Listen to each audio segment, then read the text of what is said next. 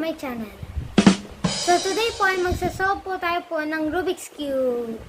Wow! So kanina po, nag-post po si Mami po regarding po tungkol sa Rubik's Cube. Sinabi niya po kung kaya ko ba po isolve to at kung yes po, ilang minutes ko po masasolve po. So ang answer po doon is yes po. Ngayon ko lang po to po pinaktis po, ngayong buwan lang po. Kasi po, dati po, meron na po ako pong Rubik's Cube po dati po. Pero di ko lang po linalaro kasi bored, ayaw ko po maglaro po. At saka, ano po, may ginagawa po akong iba. Wala po akong time para mag-practice. Ngayon po, meron na po ako time. So, nag-practice po ako. Tapos po, nagustuhan ko po siya. So, today, nag-vlog po ako para i-show ko po yung aking skills. So, paano ba maglaro po ng Rubik's Cube? So, dati po, wala po ako pong time po na maglaro ng Rubik's Cube. Kasi po, ang Rubik's Cube po, meron pong mga pattern po, at saka mga algorithms po. So, mamaya po, isa-show ko po sa inyo po. Pero po, bago pong lahat po, babasahin ko po na po yung mga comments nyo po, at saka mga hula nyo po sa aking page po, na tungkol po kung ilang minuto ko po siya maggagawa po. So, let's read it. So, ang una po, kay Kuya Joseph Mangalaw. Yes, Kuya Jaden can do it in 5 minutes. 5 minutes daw po. Tapos, si Jack Ibanez naman po sabi yes. I think 3 to 5 minutes daw po.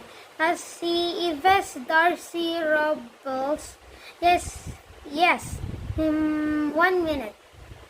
Tapos po, si John Michael Escolar, yes, I think 6 minutes and 45 seconds.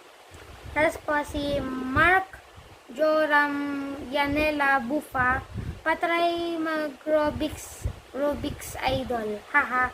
Tapos si Alea Cloud naman po, sabi 2 minutes. 2 minutes. Tapos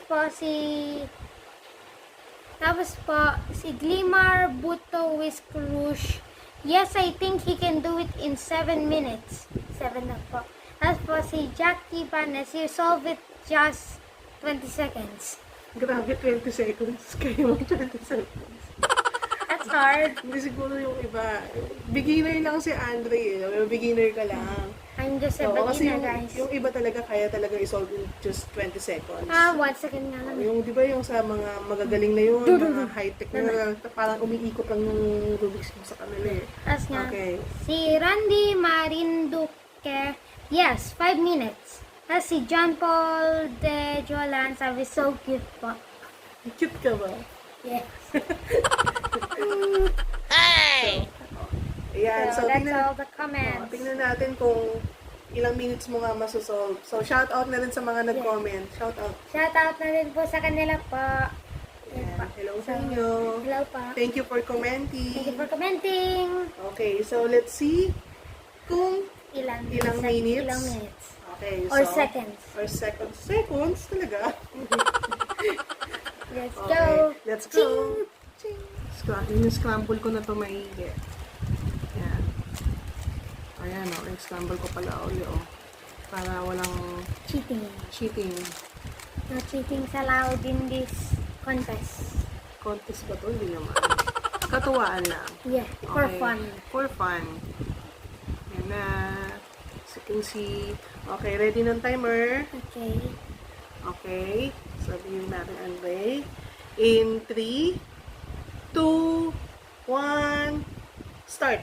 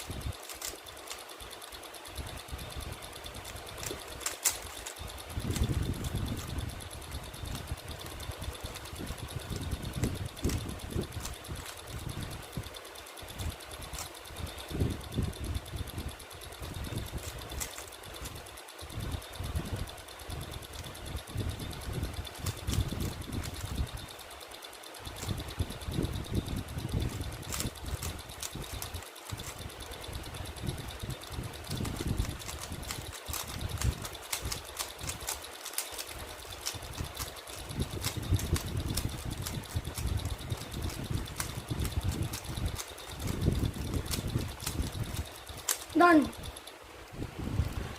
1 minute and 19 seconds. Sa halip po, gumawa ng ganun ako eh. Pamblas ka na dun. Yes. Yes. Yes. Yes. So, ang original talaga na time ni Andra, yung pinakamabilis niya na time, kaya lang hindi namin na-record is 1 minute and 17 seconds. 1 minute and 17 seconds. Plus 2 lang. Naragdagan lang ng 2 seconds ngayon. So, yun. So, So, huli na, ano na po ako eh. Gumano na ako, natakot ako pagka may stop na. kamusta? Ano, kinabahan ka ba? Yes. Yeah. Ganun lang kami. Ayan. So, sa mga nag-vote ng 1 minute or 2 minutes, pasok pa rin yun, no? 1 minute, 2 minutes, so sila yung mga, tama yung mga Winner. hula. Okay. Mga shout out.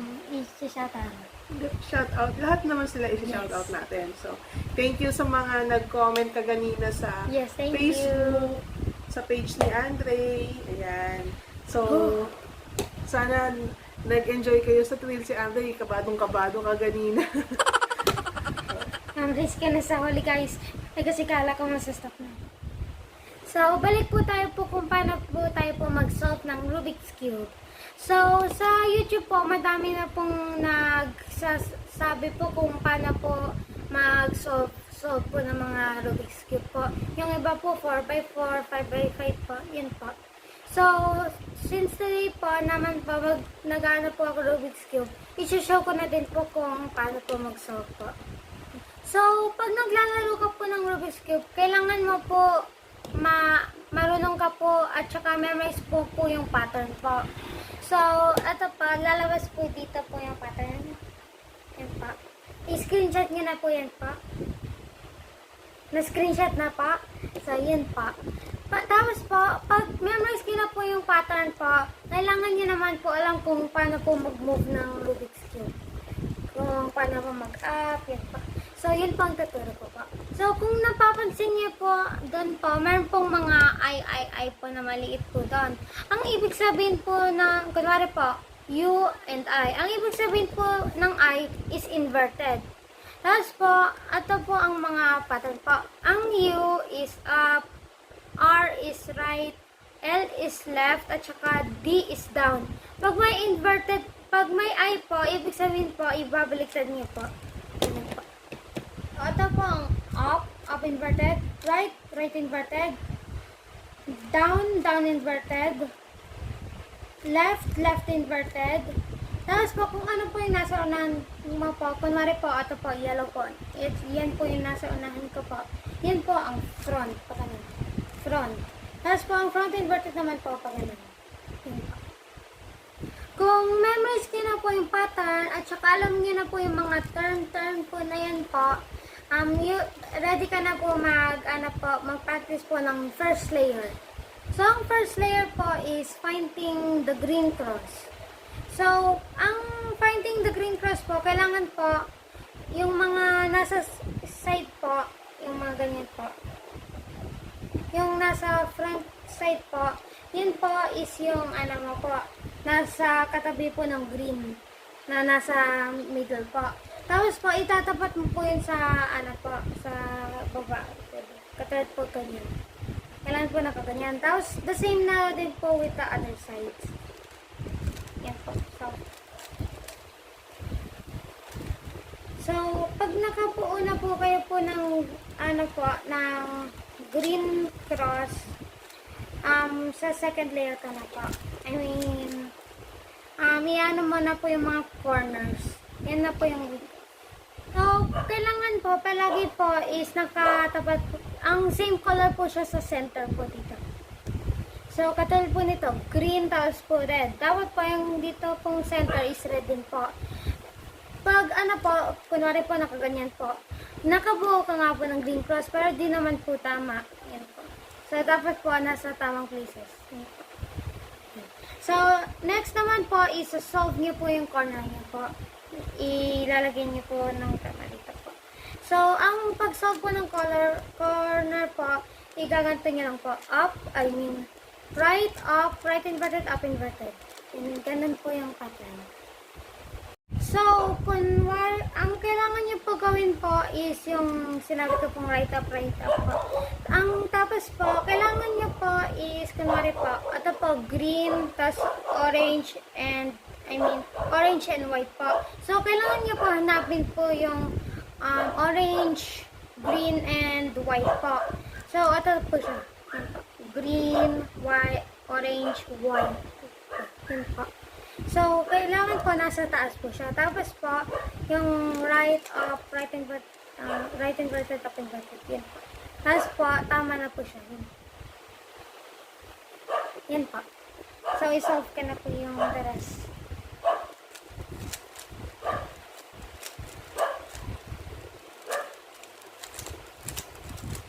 Yan po.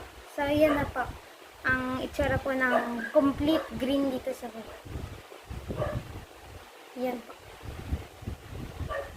So, para ka pong makakakita po ng baliktad na small t po.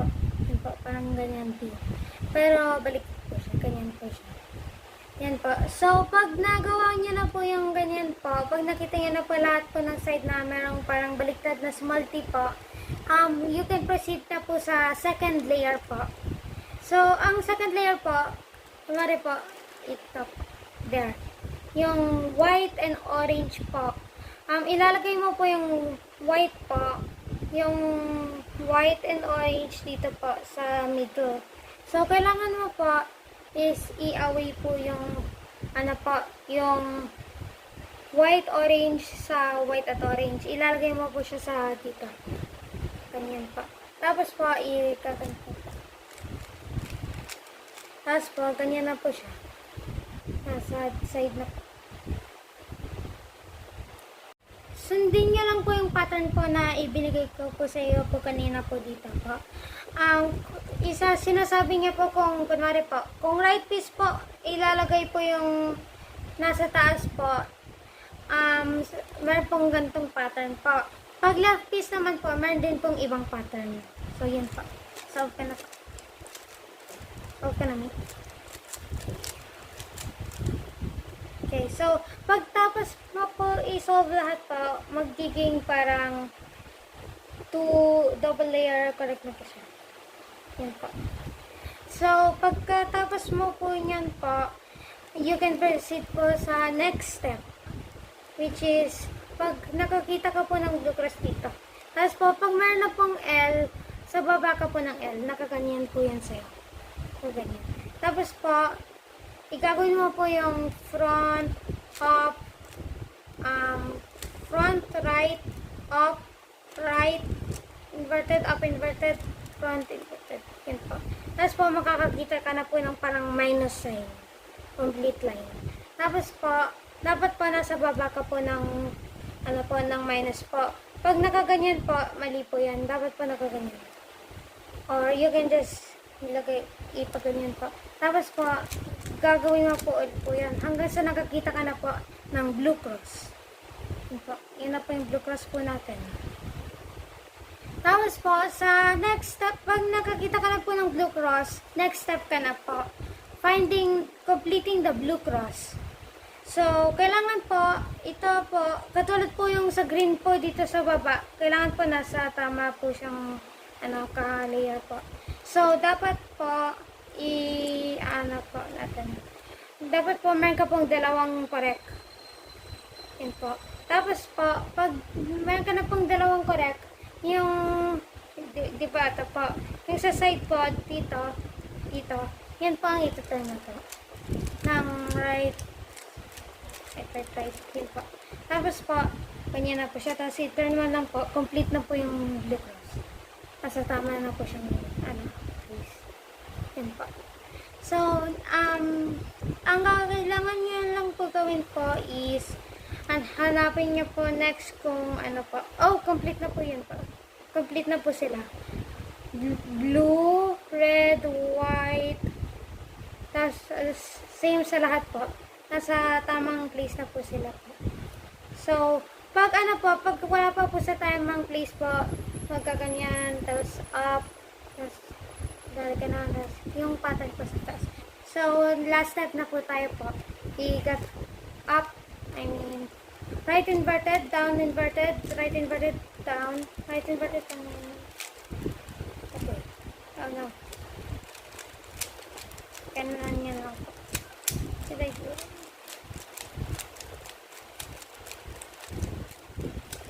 Okay, good. Tapos po, complete ka na.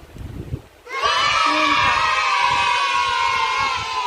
Yeah, bye guys! Thank you for watching. Thank you for watching. Please subscribe and like my videos. Bye!